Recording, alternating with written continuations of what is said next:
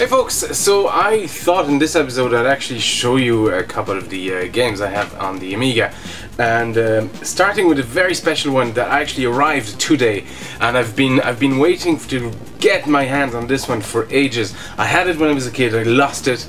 It was a copy anyway, and it's been out of my price range for a few years, and I only found it recently for, I think it was under 30 euros plus shipping from the UK, but I mean that's a very good price for what it is. And this game is Hybris for the Amiga. This is a shooter, a vertical shooter. This was coded by two guys. Torben Larsen was the graphics and Martin Peterson was the coder, and they were 16 when they made this game. They were coders at 16 in assembler, of all things. Unbelievable talent these guys had. The music was made by Martin van der Valk, I think, who also was a coder and wrote his own routine and code and a tool to actually make chip music on the Amiga. There was no sampling in there, and it's absolutely a gem of a soundtrack. Very sort of rock and roll and C64 at the same time. Really cool music, and this is what I got. So it's a bit beat up, this box, but it was worth every euro of 30 euro. The box is beautiful. I love the artwork and the sort of spaceship and whatever this is, a planet or a space station. It was very Death Star type of looking, but the color is absolutely off.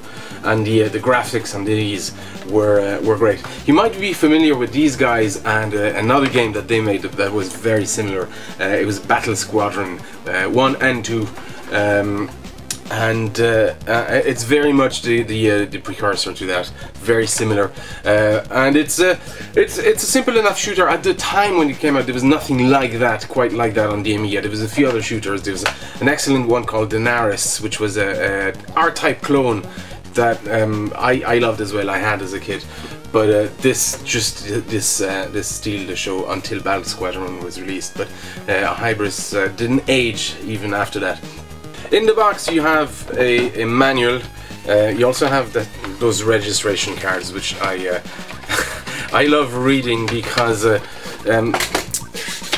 here you can actually see that they tell you that they will refund you within 90 days if there's any defective media. Essentially, that means if the floppy disk is faulty or bad, they'll send you a new one.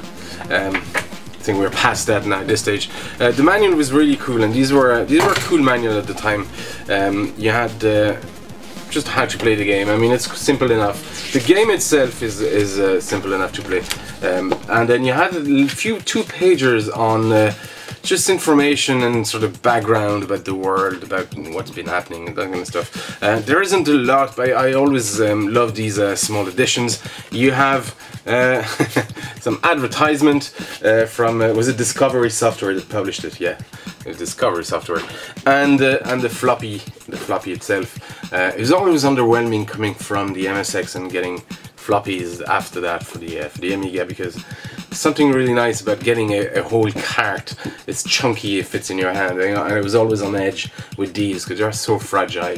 And so the game itself is essentially a shooter, and you get upgrades every now and then that augment your ship, obviously firing power, but also the shape of your ship changes with these upgrades, and your ship gets bigger and bigger.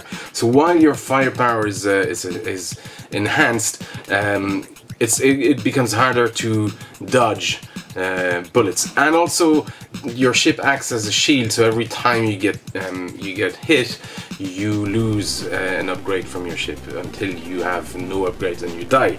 That's essentially how the game plays. But it looks stunning. The musics are absolutely amazing. And in fact, I'll leave you at the end of this video. I'll leave you one of the on a Hybris. It's going to get a place of pride in my collection. Actually, I'm going to have it just displayed flat so I can actually look at it every time I come in the room, because I've been waiting for this one for a long time. This is Hybris for the Amiga. If you have an Amiga emulator, or if you have a way to get your, the copy of the game, in whatever form you want. Do try it. It's a gem of a game, gem of a soundtrack, and beautiful graphics, and the story behind it is so impressive. Those 16-year-old boys just developing this game within a year in their bedroom after school. It's just outstanding. So there you go. That's Hybris for the Amiga. This was just a quick, very quick, informal review. Most of this channel is informal, but I sort of like videos like that myself. These are the type of videos I watch, so I thought I'd do stuff like that as well. There you go. I might do more. I'll see how you guys feel, but in the meantime, check out the music and check out the game that is Hybris for the Amiga. Thanks for watching, and I'll see you next time.